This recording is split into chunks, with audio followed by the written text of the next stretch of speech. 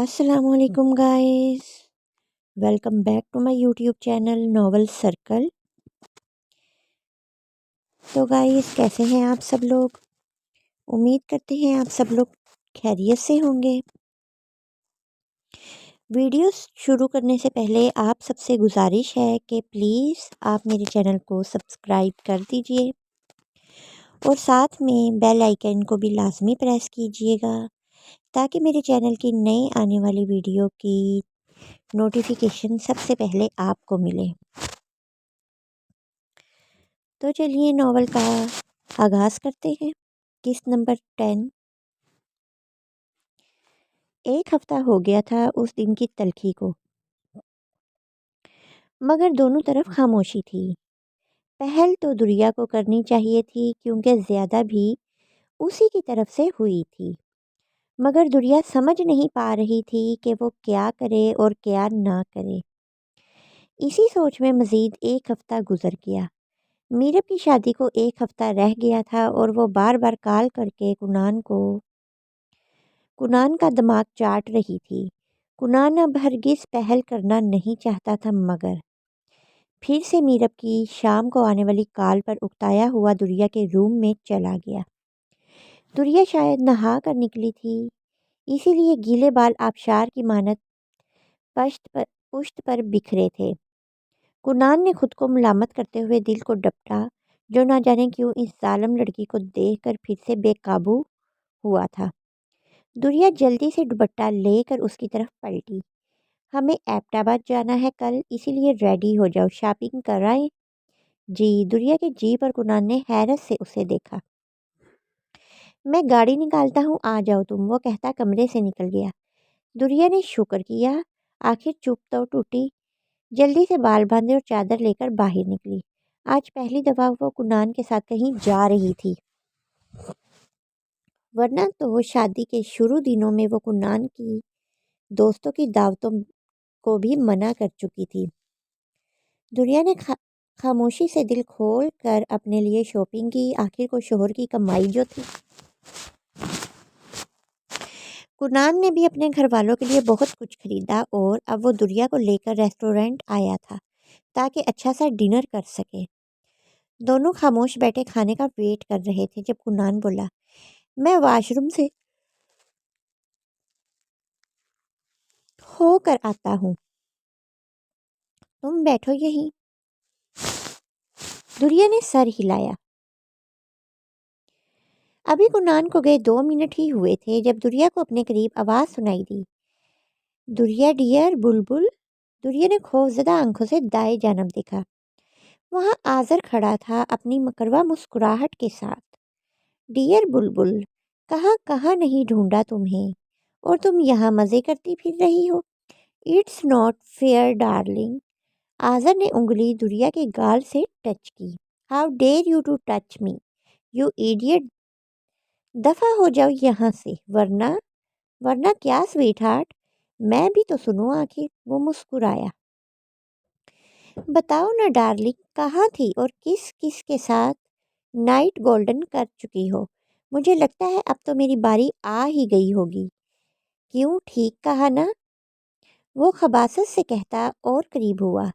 بالکل تمہاری باری آ چکی ہے، اسی لیے تو آج ہائی چانس مل گئے تم۔ جواب دریا کی بجائے کنان نے دیا، جو شاید آذر کی بات سن چکا تھا۔ ہو از ہی؟ آج کل اس کے ساتھ ہوتی ہو کیا؟ آذر نے کنان کو بھی بیچ میں گھسیٹا۔ وہ کنان کو نہیں جانتا تھا کیونکہ جب کنان اور ماریا کی شادی تھی تب وہ امریکہ میں تھا اسٹڈی کے لیے، جہاں سے وہ پڑھائی کے علاوہ ہر طرح کی بےغیرتی میں پی ایچ ڈی کر کے آیا تھا۔ بالکل، تمہیں کوئی اعتراض؟ جواب پھر کنان نے دیا، میں تم سے نہیں، اپنی ڈیئر بلبل سے بات کر رہا ہوں، انڈرسٹینڈ؟ تمہاری ڈیئر بلبل اس وقت میری بیوی ہے۔ ہاں، البتہ اگر ہماری سیپریشن ہو گئی تو پھر تم رابطہ کر کے پوچھ لینا یہ کیا چاہتی ہے۔ Now get me a side please, میں جا رہا ہوں، آ جانا تم۔ کنان دریا کو خونخوار نظروں سے تکتا، بل پے کر کے باہر نکل گیا۔ دریا بھی جلدی سے پیچھے لپکی۔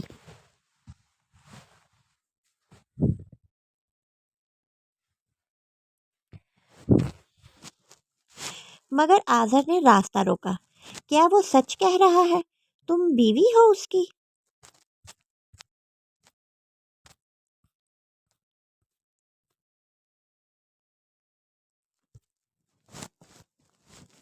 ہاں، اور دوبارہ میرے منہ لگنے کی کوشش مت کرنا، ورنہ اگر میں حساب برابر کرنے پر آئی تو زندہ زمین میں گاڑ دوں گی تمہیں، سمجھے؟ دریا بہادری سے دھمکی دیتی باہر نکل گئی۔ کیا یہ شخص مجھ پہ شک کر رہا ہے؟ دریا نے کنان کا لال چہرہ، خون آنکھیں اور بھیجے ہونٹوں کو دیکھ کر سوچا، آذر تم مر جاؤ، اللہ کرے پھر سے میری زندگی میں عذاب بنانے آ گئے، مگر اب اگر ایسا ویسا کچھ ہوا تو میں تمہیں قتل کر کے ہی دم لوں گی۔ آخر ہر بار میں ہی کیوں پستی ہوں حالات کی چکی میں؟ وہ روحانسی ہوئی۔ انہیں سوچوں کے درمیان گھر آ گیا۔ کنان کچھ بھی کہے بغیر باہر نکلا اور سیدھا اپنے کمرے میں جا کر جتنی دھاڑ سے دروازہ بند کیا تھا وہ نیچے تک سنائی دی۔ اب میں کیا کروں؟ کیسے بتاؤں کہ وہ ایڈیٹ کون تھا اور میں کیوں گھر سے بھاگی تھی اس رات؟ اگر کنان نے میرا یقین نہ کیا تو مجھے بات کلیئر کرنی چاہیے، آگے اس کی مرضی، یقین کرے نہ کرے۔ ہاں یہی ٹھیک ہے، بات پھر کر لوں گی، ابھی بھوک اور تھکن نے برا حال کر رکھا ہے۔ یہ سکینہ بھی شاید اپنے کوارٹر میں چلی گئی ہے۔ اس کمینے آذر نے کھانا بھی نہیں کھانے دیا۔ دریا خود غلامی کرتی ہوئی کچن میں آئی، فریج میں جو پکا پڑا تھا گرم کیا اور خوب پیٹ بھر کر کھایا۔ اب وہ چائے بنا رہی تھی جب کنان کچن میں داخل ہوا۔ دریا کی طرف دیکھے بغیر فریج سے جوس کا پیکٹ نکالا اور آندھی طوفان بنا واپس چلا گیا۔ اوہ مجھے تو یاد ہی نہیں رہا اس نے بھی کچھ نہیں کھایا۔ دریا نے سر پر ہاتھ مارا اور چولہا بند کیا اور ٹرے میں کھانا گرم کر کے بڑے حوصلے سے کنان کے روم کی طرف چل دی۔ دریا نے ہچکچاتے ہوئے نوک کیا اور انٹر ہوئی۔ کنان فون پر بزی تھا۔ ہاں نا بابا، کہا تو ہے کل آ رہے ہیں، پھر کیوں تنگ کر رہی ہو؟ وہ شاید میرب سے بات کر رہا تھا۔ ایک نظر دریا کو اور اس کے ہاتھ میں موجود ٹرے کو دیکھا اور منہ پھیر کر پھر سے بات کرنے میں مصروف ہو گیا۔ دریا نے ٹرے ٹیبل پر رکھی اور خود پاس پڑے صوفے پر بیٹھ کر الفاظ ترتیب دینے لگی۔ کنان نے 5 منٹ مزید بات کر کے فون بند کیا اور دریا کی طرف مڑا۔ جی فرمائیے، وہ تنزیہ بولا۔ وہ میں یہ کھانا لے کر آئی تھی، وہ منائی۔ کیوں؟ کیوں کا کیا مطلب؟ آپ نے کھانا نہیں کھایا تھا اس لیے؟ آپ، وہ اس کے لفظ آپ پر ہنسا۔ میری اتنی فکر کیوں؟ وہ طنزیہ لہجے میں ہی بات کر رہا تھا۔ دریا زیادہ دیر صبر نہ کر سکی، اس لیے پھنکاری، بھاڑ میں جاؤ تم، پتہ نہیں کیا سمجھنے لگے ہو خود کو، جب سے اپنے گھر والوں سے صلح ہوئی ہے۔ تم جیلس ہو رہی ہو؟ جیلس ہوتی ہے میری جوتی۔ اچھا، کنان نے مسکراہٹ دبائی۔ تم نے کھایا کھانا؟ ہاں کھا لیا۔ وہ ڈھیلی پڑی۔ اوکے، تم پیکنگ کر لینا، صبح 10-11 کے قریب نکلنا ہے۔ دریا نے سر ہلایا۔ بیٹھو، کنان نے بیٹھتے ہوئے کہا۔ دریا بیٹھ گئی۔ کنان نے حیرت سے اس چنگاری کو دیکھا جس نے چپ چاپ حکم کی تعمیل کی تھی۔ کنان نے کھانا کھانا شروع کیا۔ لو، تم بھی صلح ماری؟ نہیں، وہ مجھے ضروری بات کرنی ہے۔ کرو۔ وہ آذر تھا نگین کا، میں اس ٹاپک پر کوئی بات نہیں کرنا چاہتا۔ وہ دو ٹوک بولا۔ مگر مجھے کرنی ہے۔ وہ ضدی ہوئی۔ دریا میں جانتا ہوں وہ آذر تھا، نگین حیات کا بیٹا، مگر وہ اسٹاپ اٹ، مجھے کچھ نہیں سننا اس بےہودہ انسان کے بارے میں۔ یعنی تم مجھ پر بنا جانے شک کرتے رہو گے؟ دریا کھڑی ہوئی۔ تم سے کس نے کہا میں شک کر رہا ہوں تم پر؟ کنان نے لقمہ واپس پلیٹ میں رکھا اور کھڑا ہوا۔ یہ شک نہیں تو اور کیا ہے؟ میں تم سے بات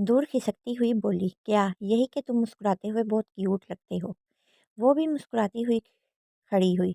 دس از ناٹ فیئر ہنی، ایسی باتیں کر کے تم مجھے بے ایمان کر رہی ہو۔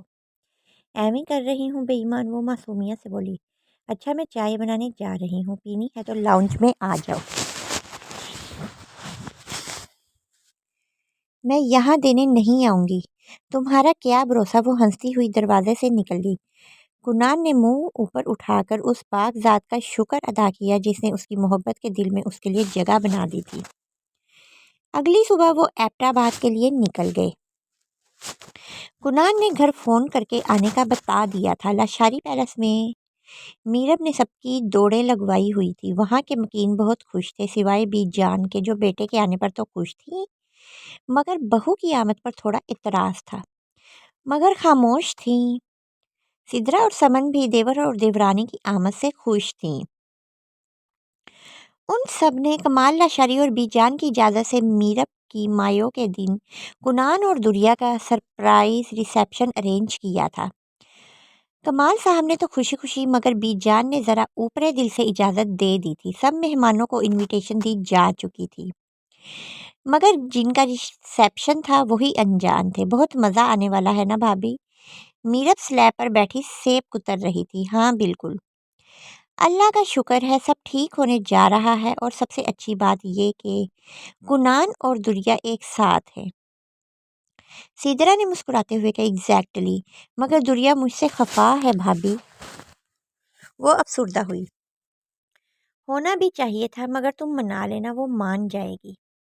ہاں منا تو لوں گی ہی، بے شک پاؤں پڑھنا پڑے محترمہ کے۔ وہ تصور میں دریا کو دیکھ کر مسکرا دی۔ بھائی کہاں ہیں آپ لوگ؟ میں کب سے ویٹ کر رہی ہوں۔ ندیدی لڑکی 5 منٹ تک گھر ہوں گے۔ یہ دیر تمہاری وجہ سے ہی ہوئی ہے، ہر 2 منٹ بعد کال کر رہی ہوں۔ کنان بہن کی بےتابی پر مسکراتا ہوا بولا۔ ساتھ بیٹھی دریا کو اس کی مسکراہٹ زہر لگی۔ ہوں بہن بھائی کے چونچلے ہی ختم نہیں ہو رہے۔ وہ کڑتی ہوئی سوچ رہی تھی۔ ہیلو مسز، گھر آ چکا ہے۔ کنان نے دریا کی آنکھوں کے سامنے ہاتھ لہرایا۔ اتنی جلدی؟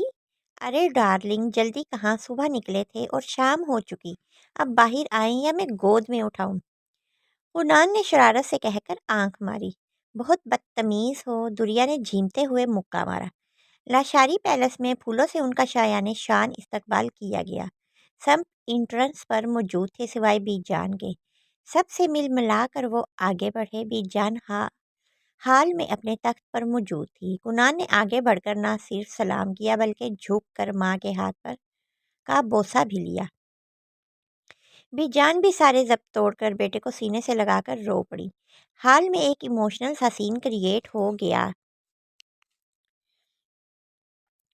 کچھ دیر بعد کنان نے ماں کے آنسو پونچھے۔ مجھے معاف کر دے بی جان، میں نے آپ کو بہت تنگ کیا۔ کنان شرمندہ سے بولا۔ میں ناراض نہیں ہوں تم سے میری جان۔ انہوں نے بیٹے کے ماتھے پر بوسہ دیا۔ دریا اس سب سے اکتائی ہوئی کھڑی تھی جب کنان نے اشارے سے اسے بی جان سے سلام کرنے کو کہا۔ دریا نے بہت آہستہ آواز میں سلام کیا جس کا جواب بی جان نے صرف سر ہلا کر دیا۔ اچھا بھائی بس یہ ایموشنل سین ختم کریں۔ کنان تم اور دریا فریش ہو جاؤ، میں چائے بھجواتی ہوں، پھر کھانا ساتھ کھاتے ہیں۔ سدرا نے مسکراتے ہوئے کہا۔ ہاں جاؤ، تھک گئے ہوگے، فریش ہو کر کھانا کھاؤ پھر آرام کرنا۔ ہاں بی جان نے کہا۔ جی۔ کنان سر ہلاتا ہوا دریا کو لے کر اپنے روم کی طرف بڑھا، اسی روم میں جس کو 4 سال پہلے وہ چھوڑ کر گیا تھا۔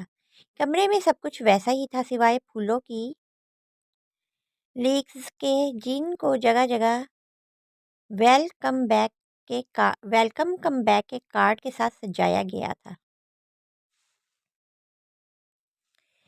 یہ یقیناً میرب کی ہی کارستانی تھی۔ کنان مسکراتا ہوا بڑھا اور ایک بوکے اٹھا کر واپس دریا کے پاس آیا جو کمرے کے بیچوں بیچ کھڑی تھی۔ ایک گھٹنا زمین پر ٹیک کر اس کے سامنے جھکا، اس کا ہاتھ پکڑ کر ہونٹوں سے چھوا اور نہایت خوبصورت انداز میں مسکرایا۔